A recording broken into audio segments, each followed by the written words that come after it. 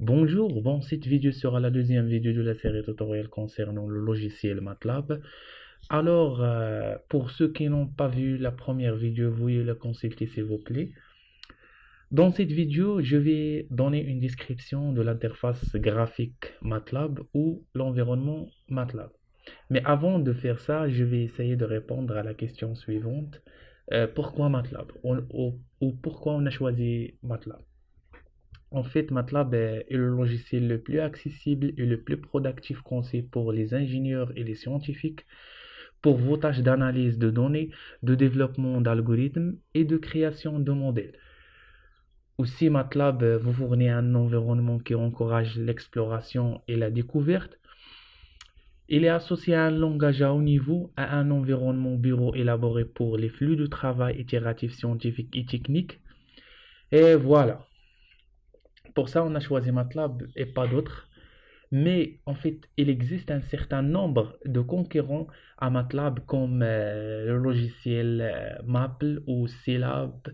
On a aussi Octave. Ces trois logiciels sont open source, ça veut dire gratuits, disponibles dans toutes les plateformes comme Linux, Windows et Mac. Donc, vous pouvez les télécharger et tester dans vos ordinateurs. Ils sont gratuits. Alors, on est parti. Comme vous avez pu le voir, je suis sur Windows. Si vous êtes sur Mac ou Linux, c'est pareil. J'ai la version R 2018A. En fait, pour chaque année, il y a deux versions A et B. Par exemple, pour l'année 2018, vous allez trouver R 2018A et R 2018B. Les deux versions sont presque identiques, donc il n'y aura pas une différence si vous travaillez avec la version A ou B. Ok? Donc voilà, l'interface MATLAB se présente comme ça. Euh, Là, c'est l'interface par défaut. Je ne l'ai pas modifiée parce que j'en ai pas ressenti besoin. Vous pouvez la modifier en cliquant sur Light. Après, vous pouvez choisir les fenêtres, même vous pouvez changer la police et la couleur de l'écriture. Alors, on a cinq fenêtres principales.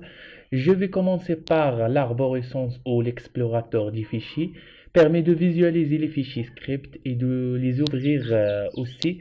Vous pouvez naviguer, chercher sur vos fichiers à travers cette fenêtre, ce qu'on appelle Current Folder en anglais. On a aussi menu, c'est l'entête de logiciel qui regroupe toutes les commandes de base qui sont fréquemment utilisées comme sauvegarder, modifier et tout ça, ouvrir un fichier et d'autres approches. On a aussi espace de travail ou workspace. C'est la zone de variables permet de visualiser aussi toutes les variables en mémoire à l'instant présent en présentant les variables avec ces valeurs. Et on a aussi commande historique où l'historique permet de visualiser l'historique de commandes précédemment exécutées. Et enfin, on a commande window ou la zone de commande. Cette fenêtre est la principale fenêtre dans l'interface graphique du MATLAB parce que permet d'écrire les commandes et de visualiser le résultat d'exécution. Donc, ça, c'est l'interface de MATLAB ou l'environnement MATLAB. Alors, pour lancer ou démarrer MATLAB en mode graphique, il y a deux approches. Soit on double-clique sur l'écran de MATLAB, ce qui est très évident, ou on lance l'invite de commande de Windows, comme ça. Je vais aller vers démarrer. Je vais taper CMD, entrée. Et vous allez voir l'interface de l'invite de commande. Après, on tape MATLAB en cliquant sur Entrée et ça va se lancer. Mais si nous souhaitons travailler en mode ligne de commande, on va taper MATLAB moins no desktop. OK? Au lieu de taper le mot MATLAB. Et vous allez voir une fenêtre sans interface, sans rien, juste les lignes de commande. Bon, je vais arrêter ici et merci de voir regarder cette vidéo.